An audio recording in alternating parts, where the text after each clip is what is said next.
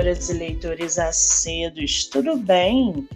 Eu me chamo Monique Machado e começa agora do livro Não Me Livro. Hoje nós vamos receber aqui no nosso podcast literário o escritor George Luiz para conversar com a gente sobre o seu livro chamado Evolução 2.0, o Super-Homem.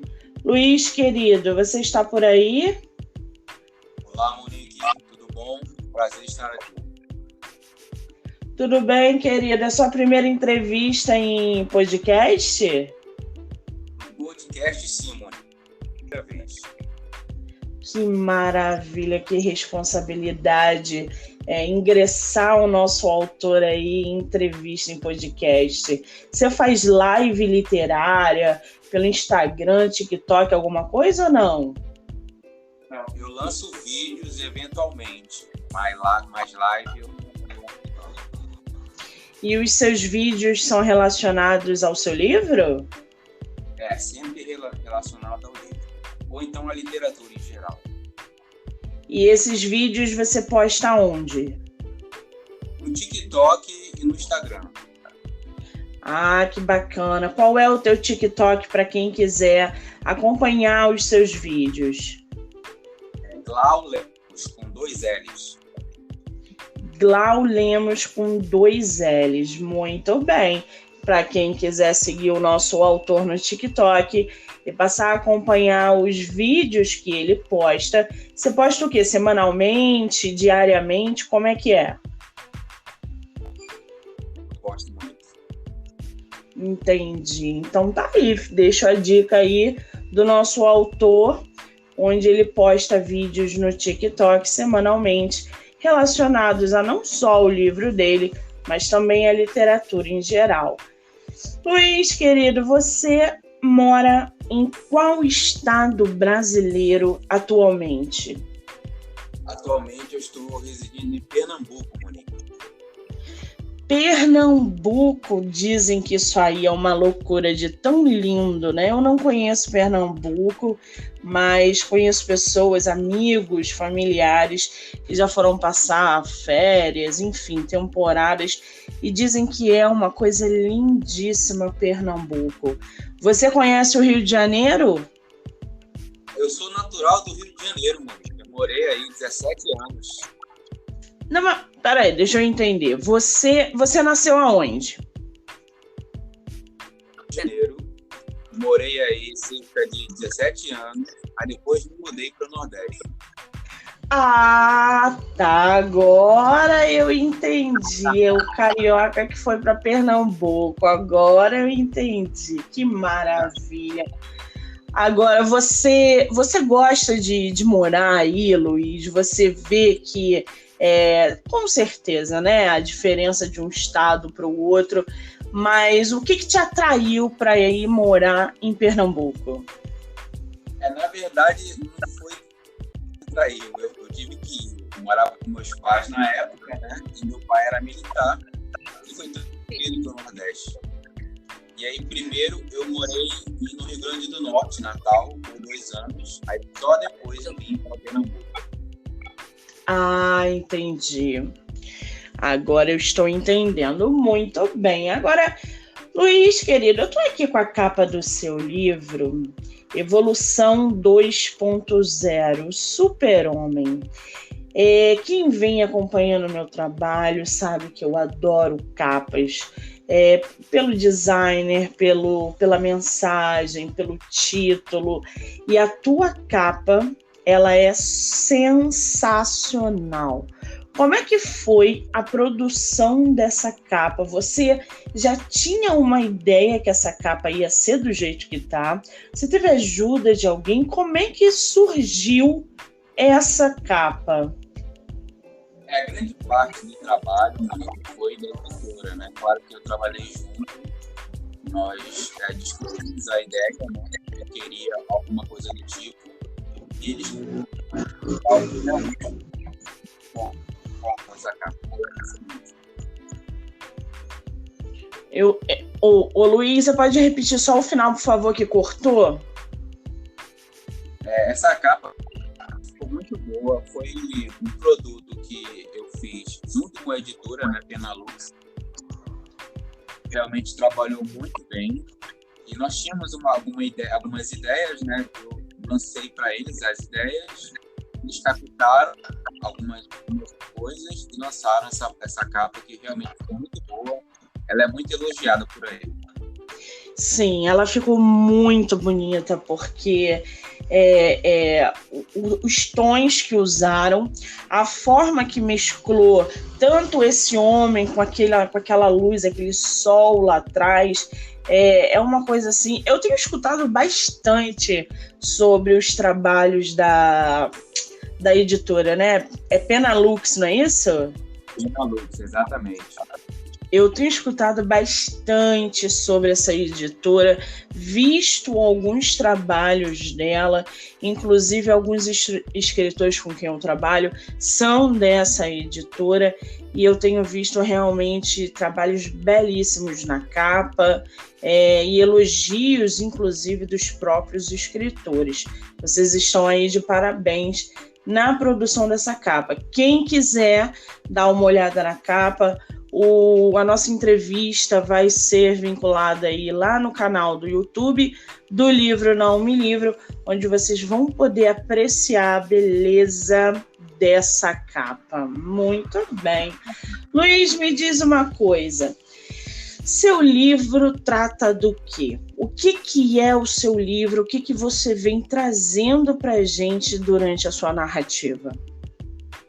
O livro, Monique, basicamente, ele discute o nosso relacionamento com a tecnologia, né?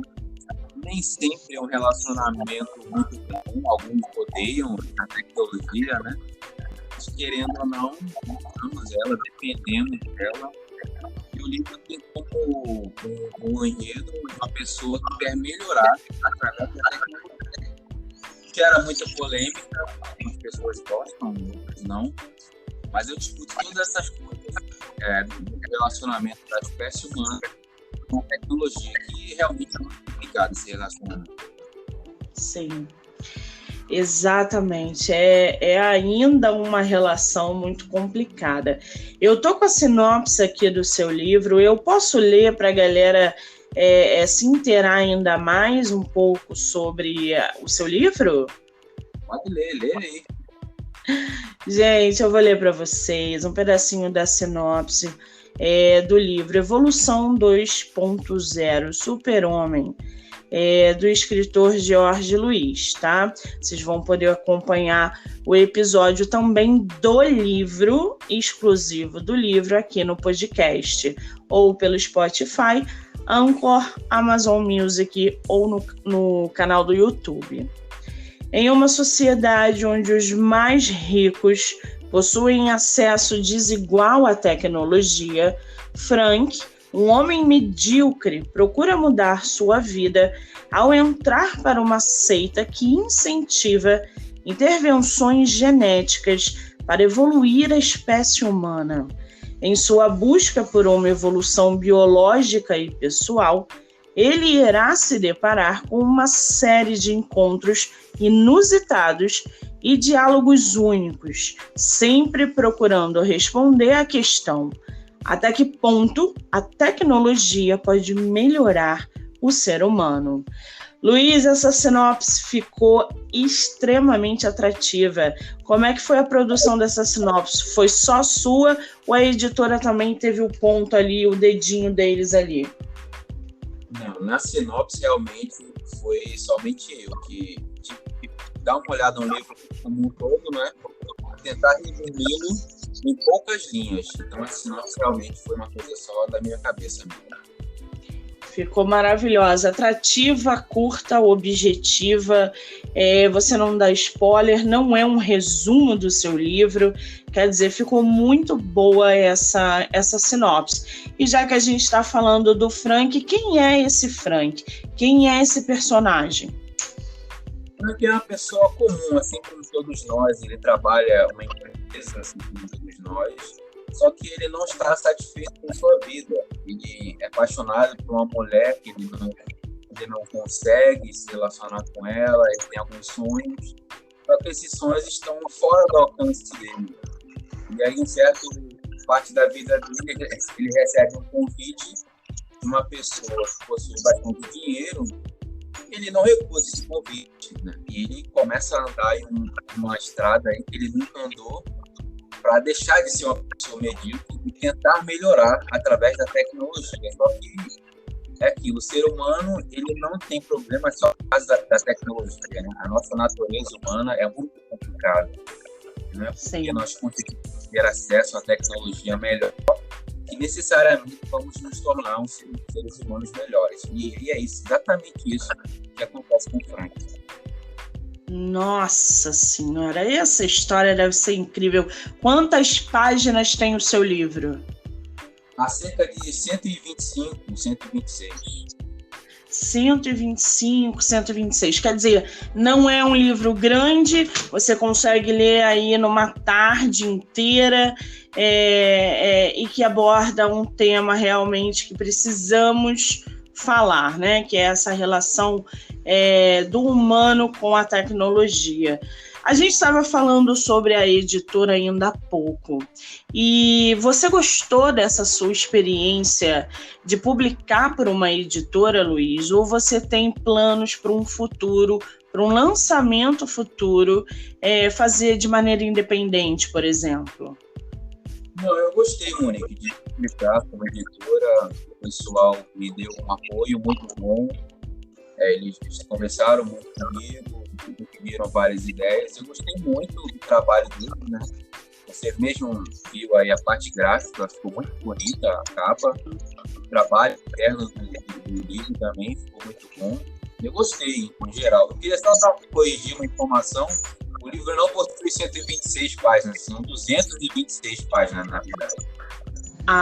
226 páginas, gente.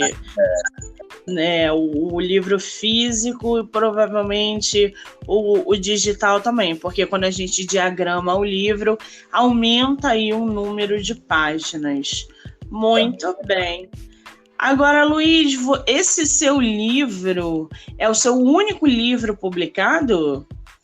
Não, eu já tinha lançado um livro antes que se chama Os Espelhos, que é por outra editora. Esse é meu segundo romance. Os Espelhos. Os Espelhos trata do quê? Os Espelhos é uma espécie de autobiografia, né, meio precoce, misturada com uma realidade fantástica. É sobre uma pessoa que ele não consegue realizar os seus sonhos e acaba desistindo da sua própria vida em um certo momento, só que alguém consegue resgatá-lo e fazer com que ele dê a volta por cima e consiga sobreviver. Nossa, você só escreve temas fortes, hein, Luiz? Eu já estou curiosa para conhecer os seus livros. Esse Os Espelhos você publicou em que ano? Foi no ano de 2016. 2016. E o Evolução? Evolução foi esse ano. Foi esse ano? Então foi o quê? Início do ano? Exatamente. É um recém-nascido no mercado, então, gente. É um bebê. É um bebê, que maravilha. Você levou quanto tempo para escrever Evolução, Luiz? Evolução, eu levei cerca de 6 meses para escrever. 6 meses é um tempo muito bom. As pessoas têm essa ilusão de que escrever é só sentar e escrever e o livro fica pronto. E não é.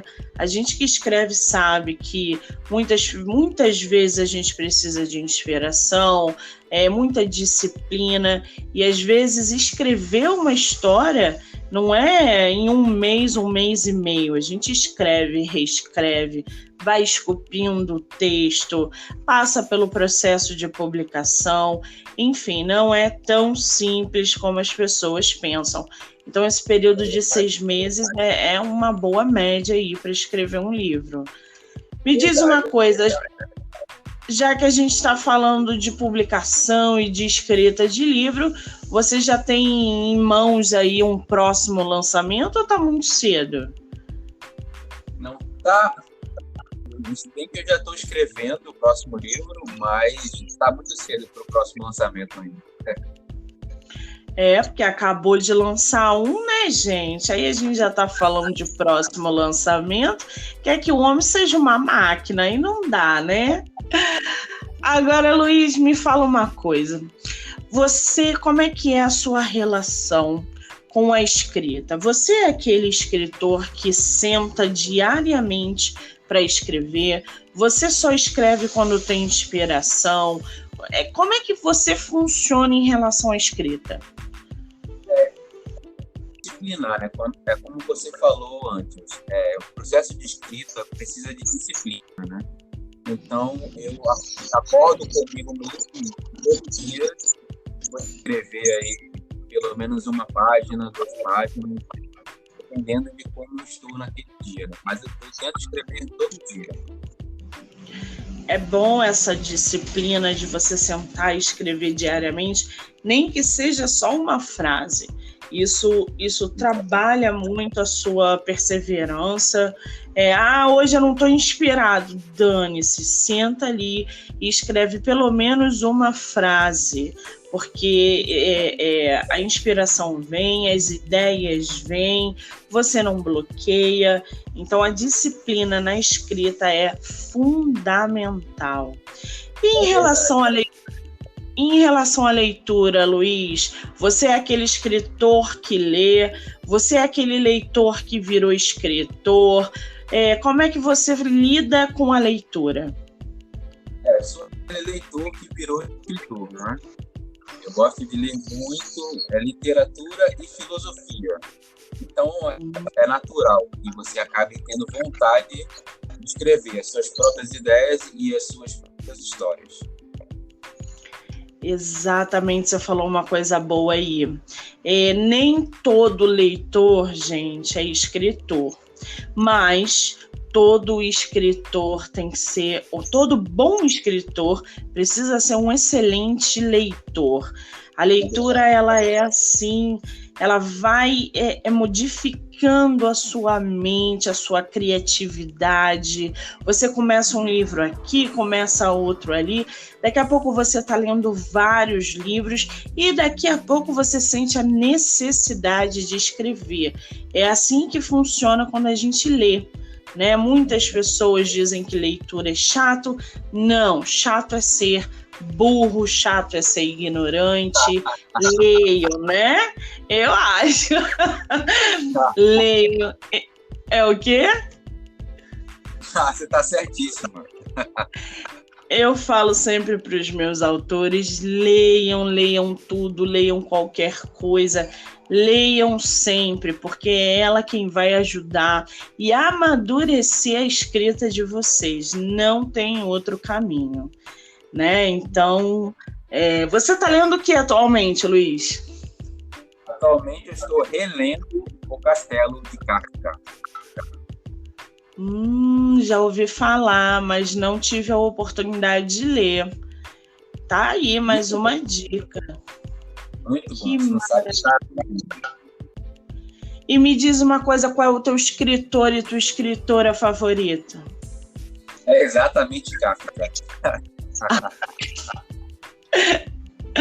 Aí, né, gente, não tem como. O cara tá lendo o Kafka. Eu escutei muito, já ouvi muito sobre os livros e não tive realmente a oportunidade ainda de ler, porque eu leio muitos livros. E aí eu vou colocando no digital, que para mim é muito mais fácil e prático, que eu leio no computador. E a lista, conforme a lista vai diminuindo, ela vai aumentando também, né? Então, eu nunca consigo ter a oportunidade de ler alguns livros. Kafka é um. E escritora? Escritura, realmente, eu ainda não tenho nenhuma em mente ainda no horizonte. Já ouvi alguns nomes, mas no momento eu não tenho nenhuma ainda. Entendi. Agora, voltando um pouquinho para o seu processo de escrita, de evolução, Luiz, para você, qual foi a parte mais fácil e mais difícil durante a narrativa? A parte mais difícil na narrativa é quando você desenvolve ideias, né? Aquela parte é como se você estivesse escrevendo uma tese. Cuidado nas ideias que você vai passar para o seu leitor.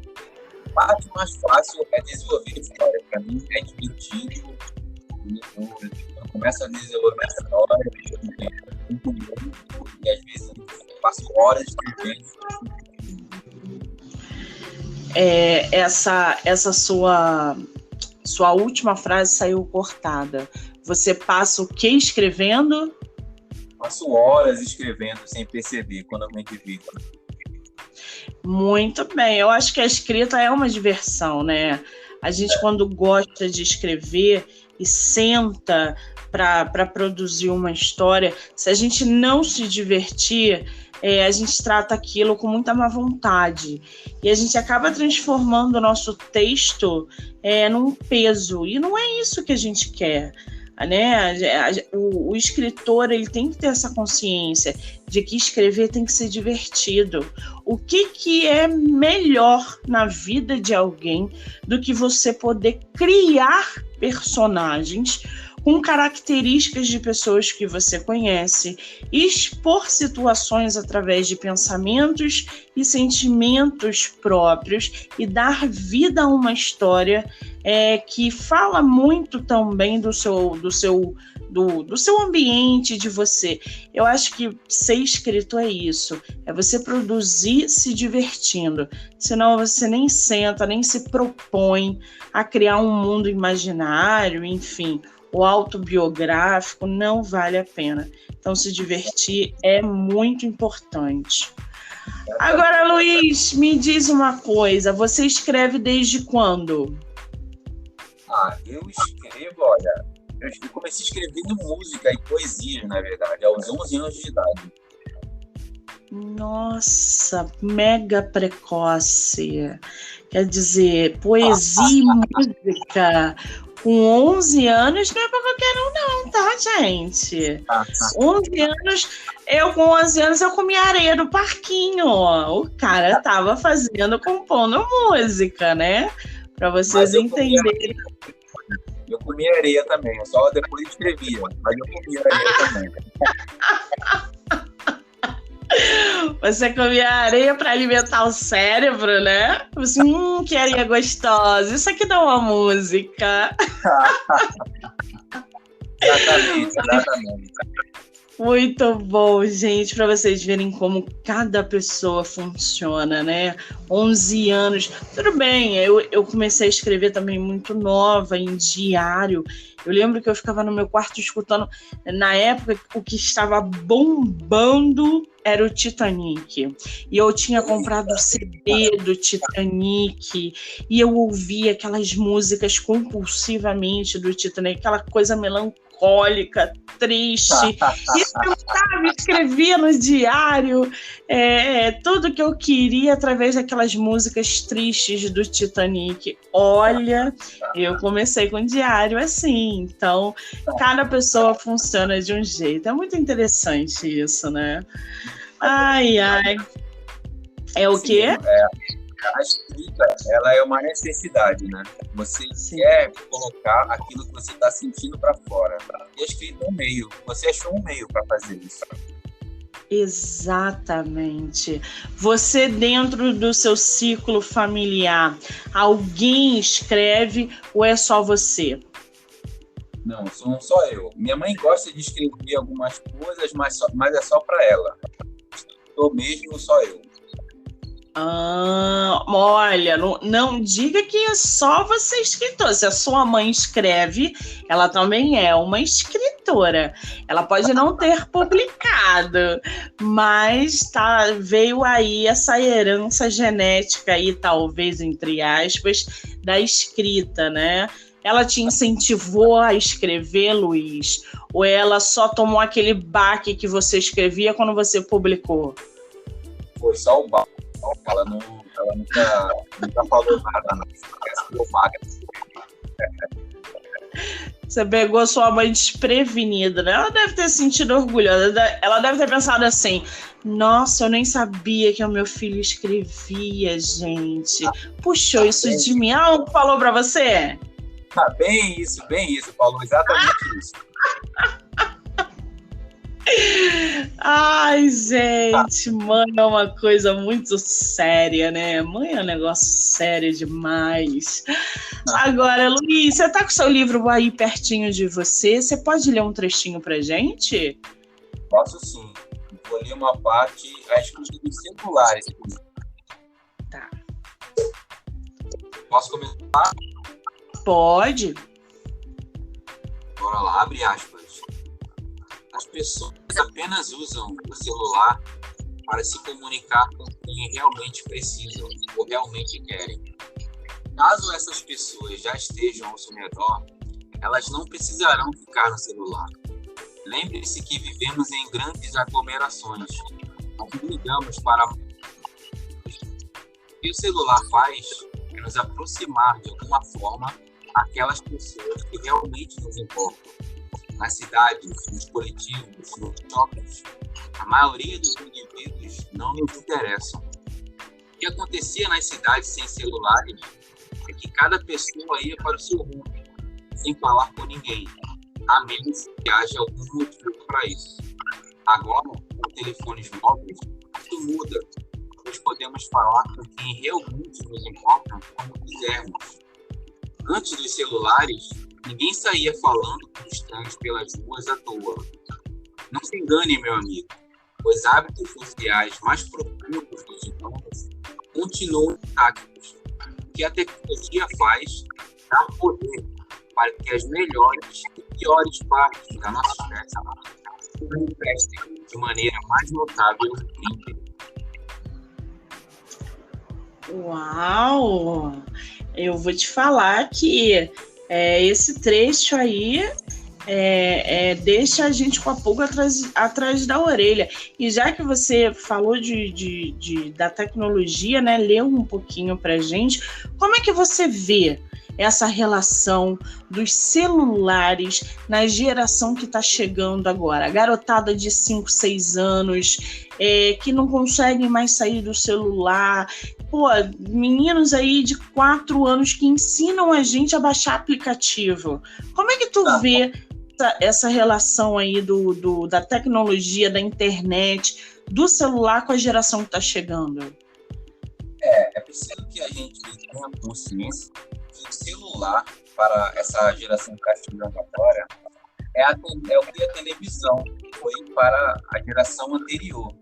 O que o rádio foi para a geração dos nossos pais, dos nossos avós.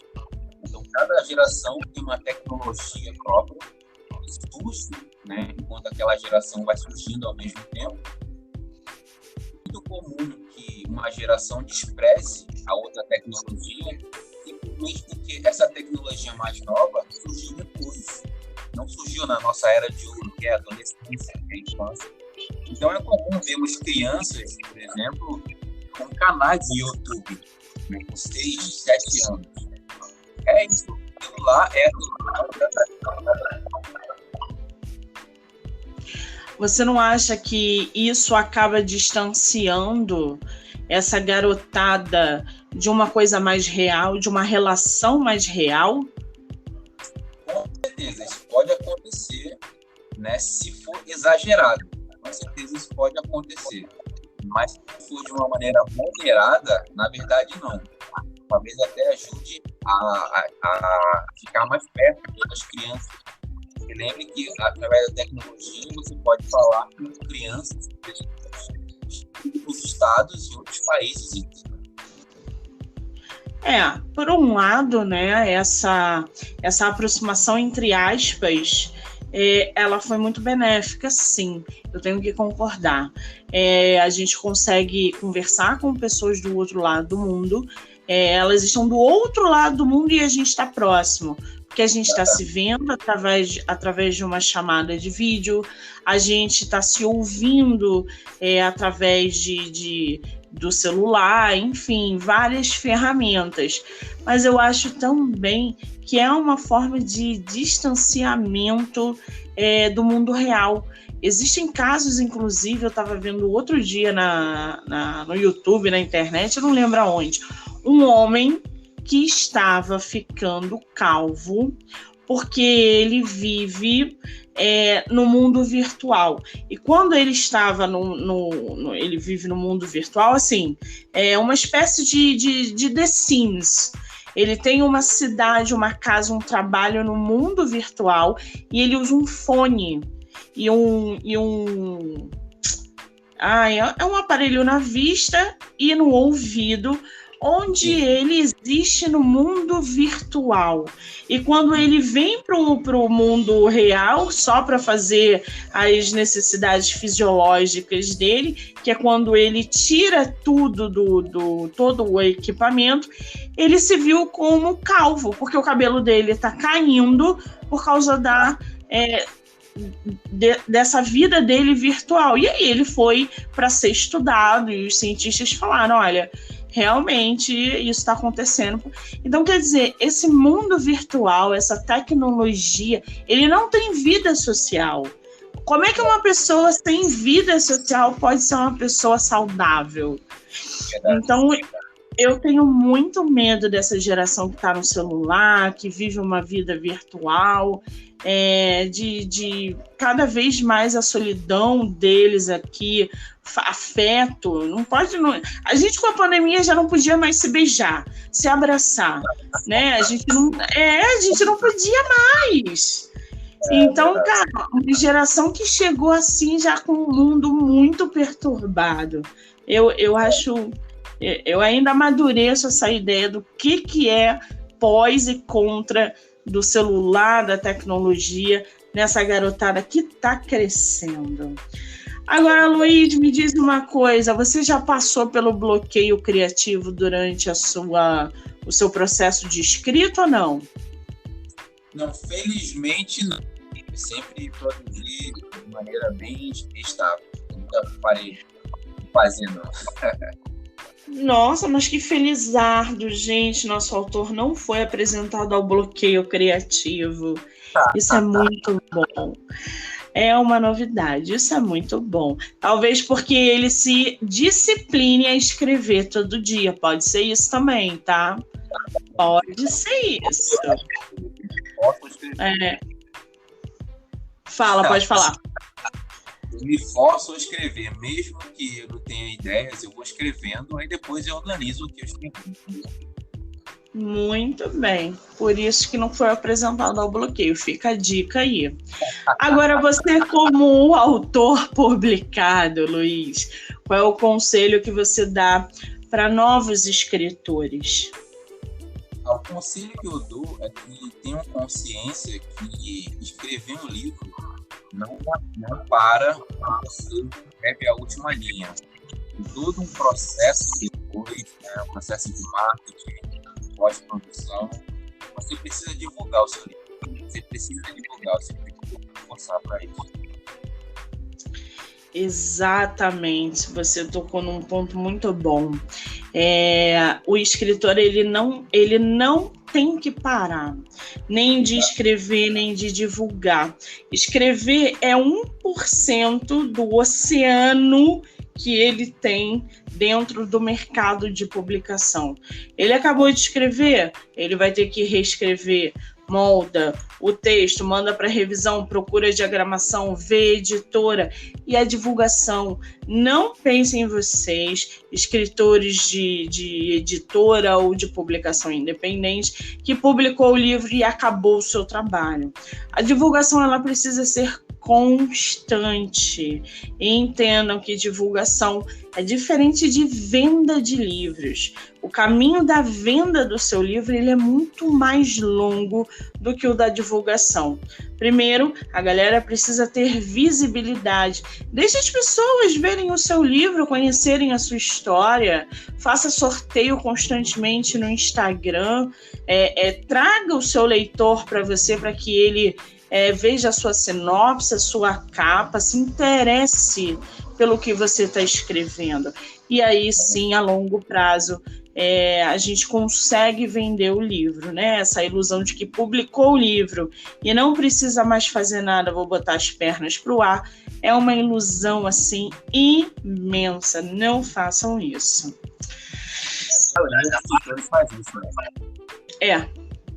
Exatamente. E aí se frustra, né? E aí mandam mensagem, como eu vejo aí no meu direct: eu vou desistir da literatura porque eu não vendo livro. Não é, gente, mas vocês querem que eu faça o quê? Vocês querem publicar o livro e querem virar best-seller no New York Times? Não tem condições, gente. Né? Não tem condições. Entendeu, Monique? Ele é meu livro porque eu preciso que você avalie ele. Tá bom, me manda seu livro. Aí eu pego o livro para dar uma avaliada. Gente, não tem condição. Como é que você quer vender seu livro assim? Você se inspirou no escritor tal, você não mudou nem o nome do personagem que o cara usou no livro dele. Isso não é um livro original, né? Mas não quero saber. Ou você reescreve o seu livro e seja original, ou você não vai vender e vai ser mal falado. O que você quer? Aí pronto, aí me xingam, falam um monte de coisa. Pediu para eu avaliar, não vou passar a mão na sua cabeça porque você quer uma avaliação sincera. Então, é a famosa ilusão do escritor de ego grande, né? Que eu publiquei. Isso é muito comum, não é? Sim, muito comum. Cara, o que eu pego de escritor com ego grande é uma síndrome que atinge aí essas pessoas que têm livros, né? Que publicam livros. Era para ser o contrário. Era para você publicar livro e você ser assim humilde em certa, né, de certa maneira, porque você acaba sendo uma inspiração para uma outra pessoa, você está passando conhecimentos e tal, mas não, eu escrevi livro, eu sou o cara ou sou a mulher, e quem não gosta do que eu escrevo é porque é um boçal. Já escutei isso. Então, assim, é uma síndrome terrível essa do ego. Mas a gente evolui, a gente vai evoluindo aos poucos, se Deus quiser. Luiz, eu vou te dar uma... Fala, pode falar, te interrompi, desculpa. Não foi essa fala que você disse agora, foi muito boa, impressionante como os escritores eles se enxergam como únicos, né? O ego do escritor é uma coisa impressionante.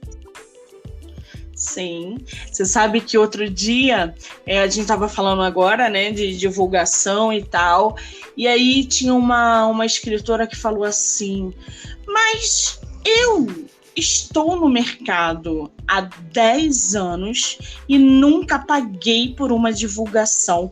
Por que agora você vai achar que eu vou pagar para você divulgar o meu livro? Aí eu falei assim: fulana, primeiro, eu tava dando uma olhada no seu Instagram, você tem 300 seguidores. Eu não vi nenhuma blogueira resenhando o seu livro. Isso é sinal de que você não investe em divulgação. Se você não investe em divulgação, ninguém conhece você. Você vai ficar mais de 10 anos no mercado editorial sem ninguém nunca saber quem é você. Eu mesma não sei quem é você. E eu não trabalho de graça. Então, assim, existem egos que você tem que cortar na raiz. Você tem que falar ali: minha filha, reveja os seus conceitos. Porque o escritor que não investe em divulgação, ele é medíocre, na minha opinião. A gente tem dentro do mercado divulgações de R$15 a 600. Não é possível que você não possa deixar de comprar sua caixa de cerveja de R$40 para investir numa divulgação. Então, assim, são prioridades. Eu vejo autores bebendo no final de semana, viajando, mas reclamando de pagar por uma divulgação. Então, eu acho que existem pontos aí que a galera precisa muito evoluir. Os escritores é um caminho difícil de lidar. Luiz, querido, me diz uma coisa. Vamos fazer uma rapidinha literária? Diga aí, bora lá. São 7 perguntas e você não pensa para responder. Você responde só. Vamos tentar. Você prefere livro único ou série? Ler de dia ou à noite? Como? Não entendi. Ler de dia ou à noite? De dia. Com spoiler ou sem spoiler? Sem spoiler nenhum. Livro físico ou digital? Digital. Romance ou ficção científica? Ficção científica. Um livro por vez ou vários ao mesmo tempo? Um livro por vez. Você empresta livro ou sai correndo? Sai correndo.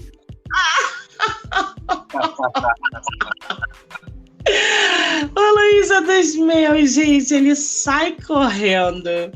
Agora, me diz uma coisa, Luiz, para quem quiser comprar o seu livro, aonde ele está à venda? As pessoas conseguem livro físico, só está em e-book, entra no seu Instagram, como é que faz? Como é que eles acessam a sua história? A editora Penalux está fazendo a página física, né, do livro físico. O livro está no próprio site da editora Penalux. Está nas lojas americanas também, está no Submarino, está na Amazon. Eu também deixo o link para comprar lá no meu Facebook e no meu Instagram. Que maravilha! Qual é o teu Instagram? George Glau. George Glau, muito bem, gente. Lembrando que o episódio do livro do nosso autor, o episódio exclusivo do livro, vocês vão poder ouvir aqui no Spotify, ouvir no canal do YouTube, pela Anchor, Amazon Music e a entrevista, evidentemente, tá? Eu vou marcar lá o Instagram do nosso autor no canal do YouTube, para quem não conseguiu pegar aí, e vocês vão poder acessar, interagir, conhecer mais sobre o George Luiz e os seus livros e, evidentemente, acompanhar o trabalho dele, não só pelo Instagram, mas também pelo TikTok, onde ele posta aí vídeos semanais, né, sobre literatura.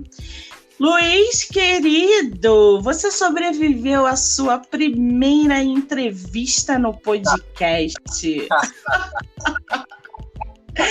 Eu quero te dizer que foi uma delícia conversar com você, te agradecer mais uma vez por disponibilizar um horário para estar aqui falando sobre o seu trabalho, sobre o seu livro, contar um pouco mais da sua história.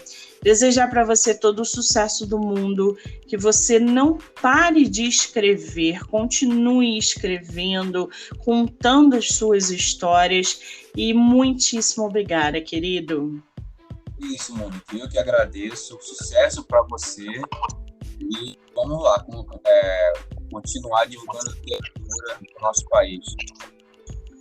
É isso aí, é essa mentalidade, incentivar a leitura, divulgar autores, contar histórias, é isso aí, nós somos instrumentos, tanto aqueles que escrevem quanto aqueles que divulgam, é isso que serve esse talento que a gente tem na escrita, para criar mundos e tirar pessoas da própria realidade, das dores, através de histórias e personagens. Parabéns, Luiz, e muitíssimo obrigada. Obrigado, Monique, eu que agradeço.